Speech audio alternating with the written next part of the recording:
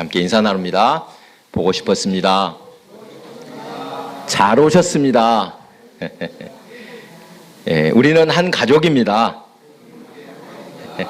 새해를 시작해서 이제 두 번째 주일을 맞았습니다. 작심삼일. 새해에는 항상 뭔가 계획을 하는데 한 일주일 안 가지고 그것이 깨지고 그래서 작심삼일을 많이 말합니다만, 그래도 우리가 교회 생활하니까 무엇이 좋냐? 매 주일마다 예배를 드리면서 마음을 또 새롭게 다질 수가 있다. 그래서 참 좋은 것 같습니다. 인생의 삶에 이 균형, 조화를 이루며 사는 것이 참으로 중요합니다. 어느 한쪽으로만 치우치면 이거 안 됩니다. 그렇죠?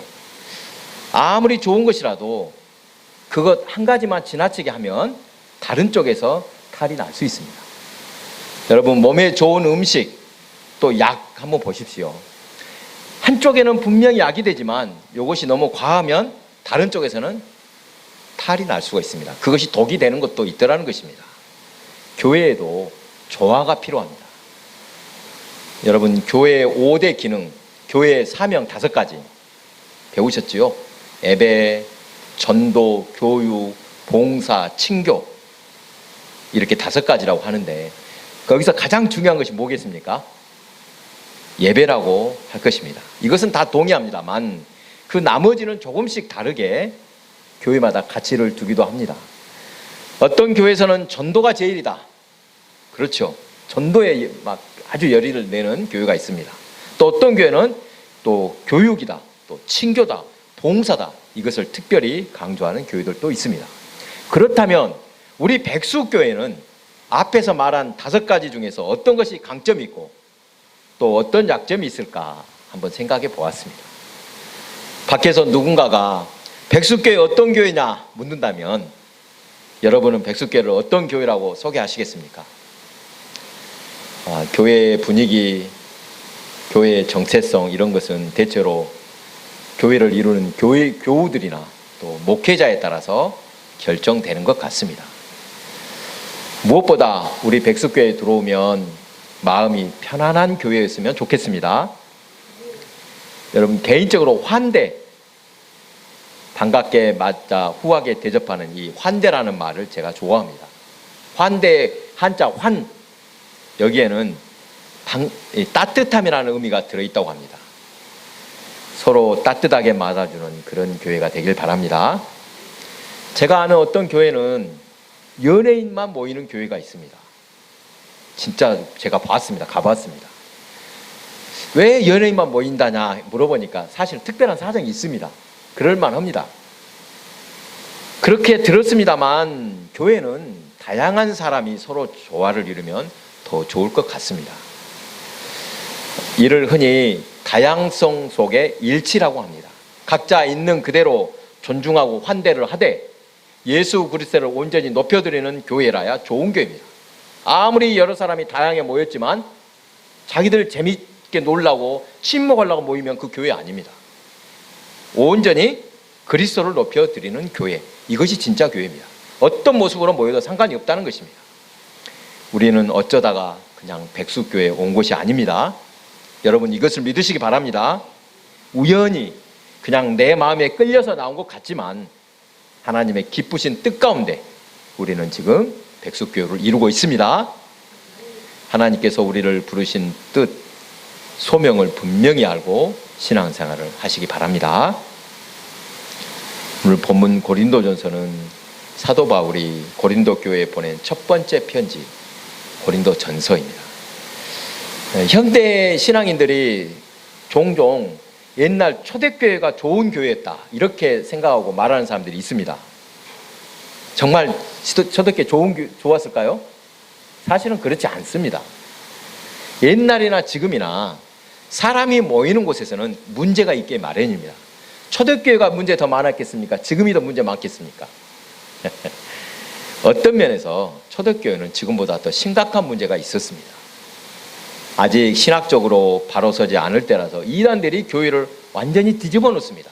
한 번씩 와서 그냥 확 뒤집어 놓죠. 여러분, 이단들이 교회를 공격하고 흔들면 이 보통 심각한 문제가 아닙니다. 이뿐만 아니라 유대인과 이방인들이 섞여 있으니까 자연스럽게 교회 내에 갈등이 생깁니다. 할례를 받아야 한다, 받지 않아도 된다, 이런 논쟁. 이것이 율법 문제이기도 하지만 따지고 보면 유대인과 이방이라는 민족적 갈등도 포함이 되어 있었습니다. 또한 당시에는 노예제도가 있었습니다. 종과 주인이 함께 교회 공동체를 이룰 때 충분히 일어날 만한 문제들 예상할 수 있을 것입니다. 전라북도 김제 금산교회, 여러분 가보신 분들이 있으시죠? 기역자의 한옥교회로 유명합니다. 그 금산교회는 구한말에 세워져서 지금부터 한 100년도 훨씬 넘은 교회입니다. 교회 내부를 보시면 들어가 보셨죠? 금산교회 기역자로 되어 있습니다. 강단은 딱 앞에 중앙에 있는데 하나로 통으로 된 게 아니라 어떻게 되어 있습니까? 이렇게 나눠져 있죠. 왜 나눠놨습니까? 네? 여자 남자 여자 남자 구분해서 앉도록 그렇게 교회를 지었다고 합니다. 멀지 않은 옛날에 우리나라도 교회에서 남자 여자 양반 상놈 이런 구별 또는 차별이 있었던 것이 사실입니다. 그런데 더 먼 옛날이었던 이 초대교회에서 종과 주인이 함께 예배드리는 모습 매우 이례적이었을 것입니다. 어쩐지 민망스러운 분위기였을 것 같습니다. 저 종하고 내가 주인이 어째 한 자리에서 예배를 드리냐 이런 생각이었을 것입니다. 또한 유대인들은 이방인들을 극도로 경계하고 싫어합니다. 아주 이방인 자체를 싫어합니다. 그렇게 싫은 사람들과 같이 예배 드리는 것 사실 쉬운 일은 아니었을 것입니다.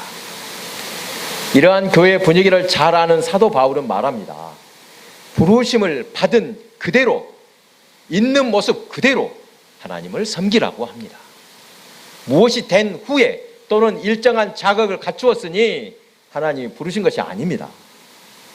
하나님께서는 우리를 있는 그대로 각자의 모습 그대로 부르셨습니다. 아멘. 그러니 그 모습 때문에 너무 고민하지 말라는 것입니다. 사도 바울의 이러한 고면에는 또 이런 뜻도 포함이 될 것입니다. 신앙생활은 각자 신분과 상관이 없다. 즉 신앙생활의 목적을 신분 상승해야지 이런 것에 두지 말라는 것입니다. 참으로 교회는 세상과 다른 하나님의 특별한 관심과 사랑이 담겨 있습니다. 하나님의 택하심을 받고 구별된 성도들이 이루고 있는 이 교회로서 우리는 우리의 모든 것을 통해 하나님의 영광을 높여드려야 할 것입니다. 세상과 별거 다를 것 없더라 이러면 안 됩니다. 본문에서 사도 바울이 말하고 있는 것이 바로 이것입니다.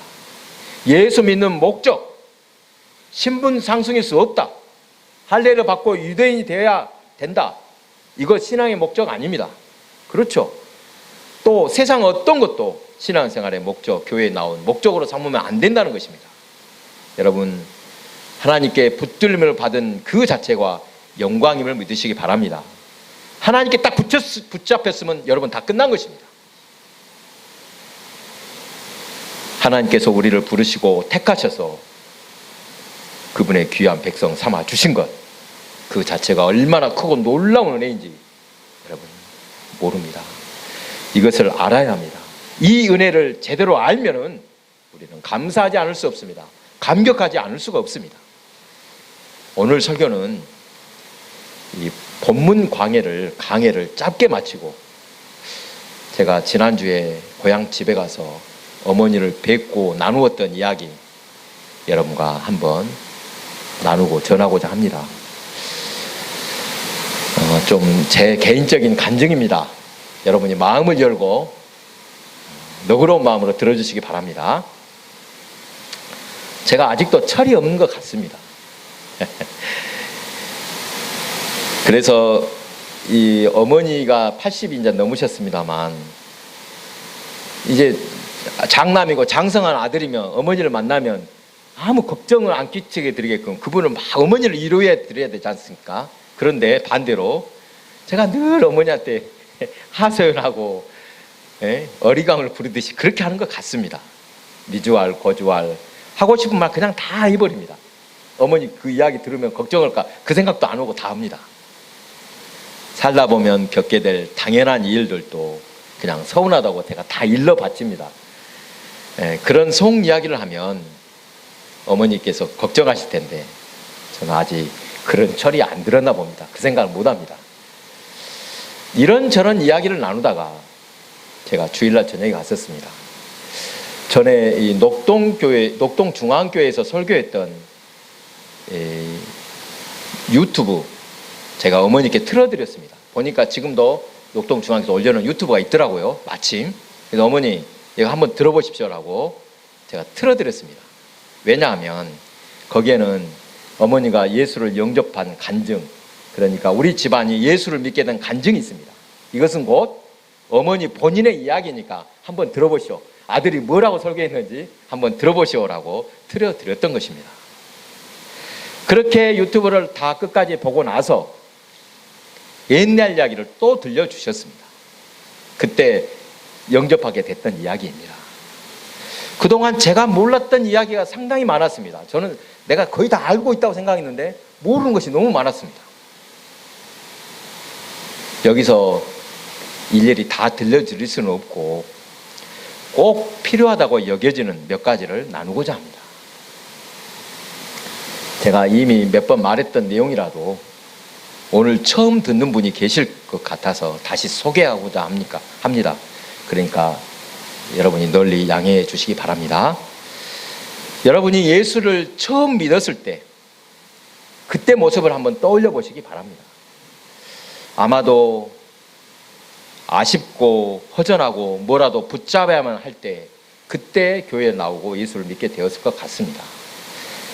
사람이 신간편하고 모든 일이 순박하고 순조롭고 절박함이 없다 그러면 어떻습니까? 하나님께 부르짖을 일도 없습니다. 안 부르짖습니다. 또 하나님의 도우심도 필요치 않다고 여깁니다. 그러다가 우리의 힘으로는 도저히 해결할 수 없는 일을 만납니다. 인생에서는 누구도 예외가 없이 거친 파도를 만나게 되어 있습니다. 바로 그때 내 힘으로 해결할 수 없는 일을 만날 때 하나님을 찾습니다. 하나님을 찾으면 그는 구원을 얻게 됩니다. 자, 그러니까 거꾸로 말하면 좋을 때 모든 일이 잘 될 때보다 고난이 닥칠 때 구원받을 기회가 열리는 것입니다. 아멘. 제가 초등학교 4학년 때로 기억합니다. 이제 돌아가셨으니까 선친이라고 호칭해야 되겠습니다. 제 아버지께서 갑자기 이렇게 건강하냐면 갑자기 못 걷고 하루아침에 들어눕게 되었습니다. 이 허리 아래로 다리를 전혀 움직일 수 없습니다. 그때 아버지가 한 40대였으니까 한창 건강해할 때 꼼짝 못하게 되었으니까 얼마나 큰 일입니까? 제가 기억하기에 그때 뭐 대학병원, 전대병원 또 어디 무슨 약방이 잘 유명한 약방이 있다더라. 또 민간요법 이것이 좋다더라. 다 써봤지만 전혀 차도가 없었습니다. 제가 기억하기에 여러분 뭐 말 발굽과 드신다는 이야기 들어보셨습니까? 말 발굽. 말에 발굽도 가서 잡순 걸 내가 봤습니다. 그 냄새 나는 걸 어떻게 잡술까? 그리고 아니 뭐 여기가 마비가 됐는데 무슨 고약이 필요할까 하는데 이렇게 큰 시커먼 고약도 붙이기도 하고 별 방법을 다 했습니다. 그래도 안 되니까 마지막에 어쩔 수 없이 점쟁이 무당을 찾기 시작했습니다. 저는 그때 한두 집만 간 줄 알았는데 이번에 들어보니까 그 지역에서 용하다는 집은 다 찾아다녔다고 합니다. 구술해야 한다고 해서 그 당시에 제가 구댔던 액수도 기억이 납니다. 상당히 큰 돈을 들여서 몇 차례 구술했는데 여러분 보십시오. 아예 구술해도 아무 차도가 없으면 하겠습니까? 안 하겠습니까? 안 하겠죠. 참 그런데 그렇게 푸닥거리를 하고 나면 멀쩡해지셨습니다. 그러나 오래가지 않아서 도로 똑같아집니다. 몇 달이 안 지나서 또 아버지 하반신 못 쓰게 되고 또 들어눕게 되었습니다. 제 기억으로는 그때 제가 그 녹동중앙교회 간증 보니까 7귀신을 7을 모셨다고 이렇게 해놨는데 8이었다고 합니다. 8. 그러니까 어때서 그러면 이 귀신을 모시게 됐는가? 어머니가 또 그 이야기를 해줬습니다. 여러분, 무당이 와서 구슬하는 이유가 무엇입니까? 귀신을 쫓아내자고 하는 것이죠. 그런데요, 어떤 경우가 있겠습니까? 귀신이 워낙에 셉니다. 5 귀신이 워낙에 세니까 무당이 하다가 구슬하다 아이고 매고 딱 던져본 겁니다. 그래갖고 뭐라 하겠어요? 쫓을 것이 아니라 잘 달래서 모셔야 된다. 안 그러면 안 된다, 너희 집. 그래서 이 귀신 5에다가 왜 또 셋을 모시오라고 하니까 그 귀신을 또 꽉 누르고 있는 또 귀신의 대장이 있답니다. 뭐 길대장 새 귀신을 또 합쳐서 셋을 더해서 8을 모셔놓으라고 했답니다. 1월 24일 제가 이것도 처음 알았습니다. 어머니는 자신이 처음 교회 나간 날짜를 기억하고 계셨습니다. 그러니까 5.18 나기 한 해 전에 1월 24일 날 내가 교회 갔다 이렇게 하시길래 제가 얼른 그 자리에서 인터넷에서 달력을 찾아보았습니다. 그랬더니 그날이 수요일입니다. 여러분, 옛날에는 부흥회를 한 일주일씩 했다고 합니다. 그렇죠? 월요일부터 토요일 새벽까지 주로 했다고 합니다. 그러니까 어머니는 부흥회 중간에 수요일에 처음으로 교회에 출석하신 것입니다. 그동안 아무리 전도해도 제가 우리 어머니 성격 잘 압니다. 꼼짝 않습니다. 그리고 교회 다니는 사람 아주 싫어했습니다. 죄송합니다. 그렇게 욕을 합니다. 혹시 간다고 하면 자기는 천주교, 성당에는 가볼 마음 있지만 교회 사람들 너무 가식적이다, 이중적이다, 천박하다 이렇게 느껴져서 교회는 왠지 가기 싫다고, 절대 교회는 안 간다고 이렇게 하고 계셨습니다. 그런데 그날은 다른 사람의 손에 이끌려 교회에서 나간 것이 아니라 어머니 혼자 교회에 나가셨습니다. 어쩐지 교회에 나가고 싶었다고 합니다. 왜 그랬을까 생각을 해보니 더는 이렇게 못 살겠다 이런 마음이 들었습니다. 또 아이들도 생각이 났다고 합니다. 자녀들 미래를 생각한 것입니다. 그때 여자 전도사님이 강사로 오셔서 설교하셨는데 말씀이 어쩌면 그렇게도 딱 저희 집안한테 들려주는, 꼭 우리 집안 어머니한테 들으라고 하신 말씀으로 그렇게 들리더랍니다. 그대로 쏙쏙 들어오는 것입니다. 수요일, 목요일, 금요일 사흘이 지나자 마음에 이런 확신이 들었다고 합니다. 예수 믿으면 우리 집 살겠구나. 하나님보다 높은 신은 없다. 오직 하나님 한 분만 섬기겠다. 할렐루야. 이럴 때 아멘 해야죠. 그 순간을 떠올리면 우리 어머니가 참으로 위대하게 보입니다. 그런데 어머니 개인이 위대한 것 같지만 그것은 사실 말할 수 없는 하나님의 은혜였음을 믿으시기 바랍니다. 여러분, 신앙생활을 몇십 년을 해도 이런 은혜가 있을까 말까 할 것입니다. 그동안 셀 수도 없는 많은 설교를 들었지만 이것은 바로 내게 주신 말씀이다. 완전히 나를 흔들어 새롭게 하는 말씀이다. 이런 말씀이 얼마나 있었습니까? 난생 처음 교회에 나간 지 딱 사흘 만에 믿음이 생기다니요. 정말 놀라우신 하나님의 은혜일 따름입니다. 토요일 새벽에 부흥회가 끝날 때 이 믿음이 생기는 어머니, 믿음을 갖게 된 어머니, 이제 걱정이 되기 시작했다고 합니다. 왜 그랬겠습니까? 예수를 믿어야 됐다 마음을 탁 먹었는데 걱정이 됩니다. 왜요? 집에다 저렇게 신주단지를 놔두고 어떻게 신앙생활을 제대로 할 수 있겠냐는 것입니다. 없애야겠다고 걱정을 작정으로 바꾸셨습니다. 강사님을 바로 그날 끝나는 날 집에 모셔와서 다 뜯어서 태워버리고 예배를 드렸습니다. 그런 후에 어머니는 하루도 빠지지 않고 새벽 기도에 나가서 뜨겁게 기도하셨습니다. 그러자 아버지의 상태가 점점 좋아졌습니다. 그런데 정작 어머니 본인은 엄청난 영적 전쟁에 시달리게 되었습니다. 날이면 날마다 하루도 빠지지 않고 기도를 하셨는데 새벽에 기도할 때면 이제 들었는데 뭐가 그냥 완전 어깨를 짓눌러서 숨을 못 쉴 정도로 그렇게 이렇게 시달렸다고 합니다. 기도할 때마다 그랬답니다. 또 몸이 그냥 발이 둥 떠 있는 것처럼 중심을 못 잡을 것 같고, 또 식사하려면 이상하게 밥만 먹으려면 비위가 상하고 밥이 안 들어가서 전혀 못 드시고 몸이 빼빼 말랐었습니다. 저는 그 모습은 저도 기억하고 있습니다.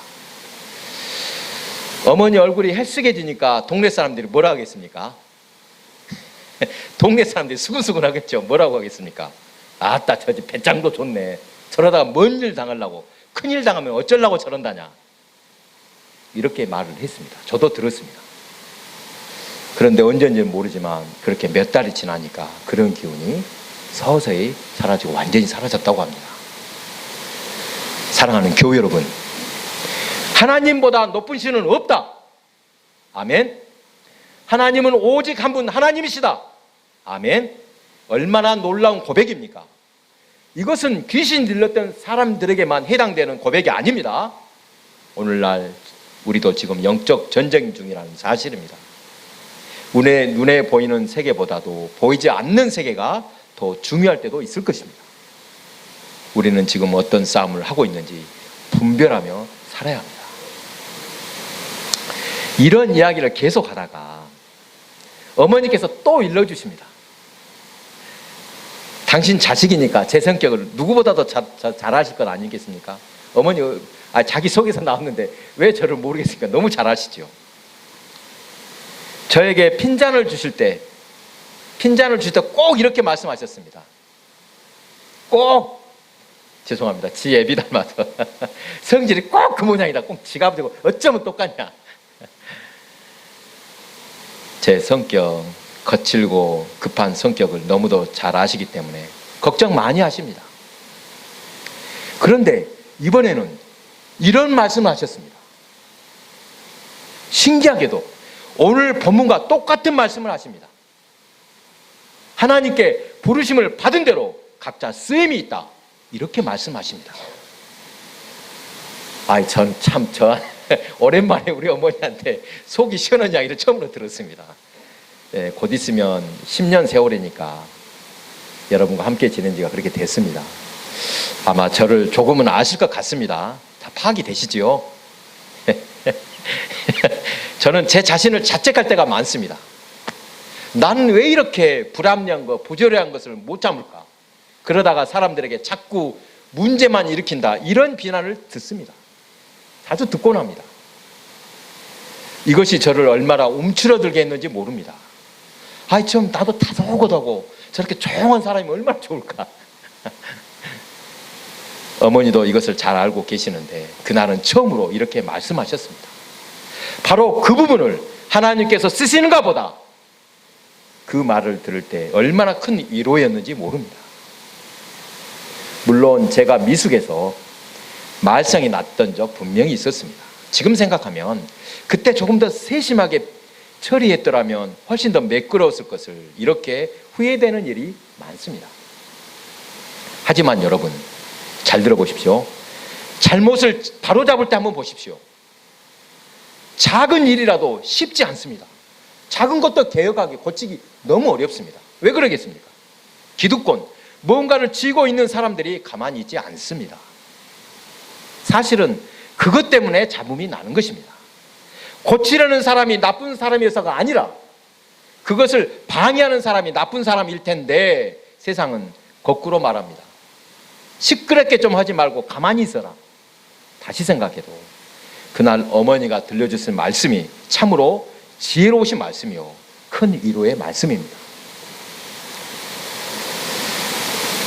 마지막으로 올해 들어서 스스로 다짐한 것을 여러분께 밝히고 함께 하고자 합니다. 이제 우리 백숙교회가 더 성숙한 교회, 아름다운 교회를 이루기 위해서 우리가 반드시 가져야 할 태도에 대해서 제가 올해는 허심탄회하고 좀 가감없이 여러분에게 전하고 싶습니다. 미워하는 마음이 아니라 진정으로 사랑하는 마음에서 알려야 될 것, 말해야 될 건 반드시 해야 되겠다, 이렇게 다짐했다는 것입니다. 제 어머니를 통해 제가 왜 이런 마음을 굳혔냐, 하나님의 말씀이라면 반드시 그대로만 전해야 된다, 사람 눈치 보면 안 된다. 왜? 제 어머니를 통해서 단 사흘만 해도 하나님이 역사하시면 놀라운 은혜가 있구나, 제가 두 눈으로 똑똑히 목격했기 때문입니다. 여러분의 연륜과 신앙의 경험에서도 사람 마음 변하기 쉽습니까? 어렵습니까? 결코 쉽지 않음을 잘 아실 것입니다. 아무리 좋은 하나님의 말씀을 전해도, 생명의 말씀을 전해도 본인이 받아들여야만 의미가 있습니다. 그런데 여러분, 어떤 때 말씀이 더 쏙쏙 들어옵니까? 내가 절박할 때입니다. 간절히 사모한 마음이 있을 때라야 은혜도 임합니다. 나는 죄인이요, 아무 자격이 없는 사람인데 하나님께서는 왜 이렇게 잘해 주십니까? 이런 고백을 할 때 은혜가 임합니다. 나는 하나님 아니면 무슨 소망, 아무 소망도 없습니다. 하나님의 구원을 간절히 바라는 사람을 하나님께서는 친히 구원해 주십니다. 사랑하는 교회 여러분, 다른 큰 일은 못하더라도 우리는 하나님께 부르심을 받은 그대로만 하면 됩니다. 하나님께서 우리 각자를 부르신 귀한 뜻, 소명이 분명히 있어야 합니다. 내가 있어야 할 곳, 해야 할 사명 분명히 알아야 합니다. 여러분, 올해는 제가 좀 강조하겠습니다. 특히 교회에서 지도자의 자리에 있는 이들이 더 잘해야 합니다. 먼저 본이 되어야 합니다. 목사인 저부터 하나님 앞에 바로 서겠다고 다짐을 하며 여러분과 함께 더 아름다운 교회를 만들어가기 바랍니다. 한번 성심성의껏 해보시기 바랍니다. 여러분, 제가 처음으로 말씀드립니다. 올해는 하나님이 기뻐하실 온전한 11조 한번 해보시기 바랍니다. 작정하여 기도하는 시간 꼭 가져보시기 바랍니다. 성경 일독 한번 해보시기 바랍니다.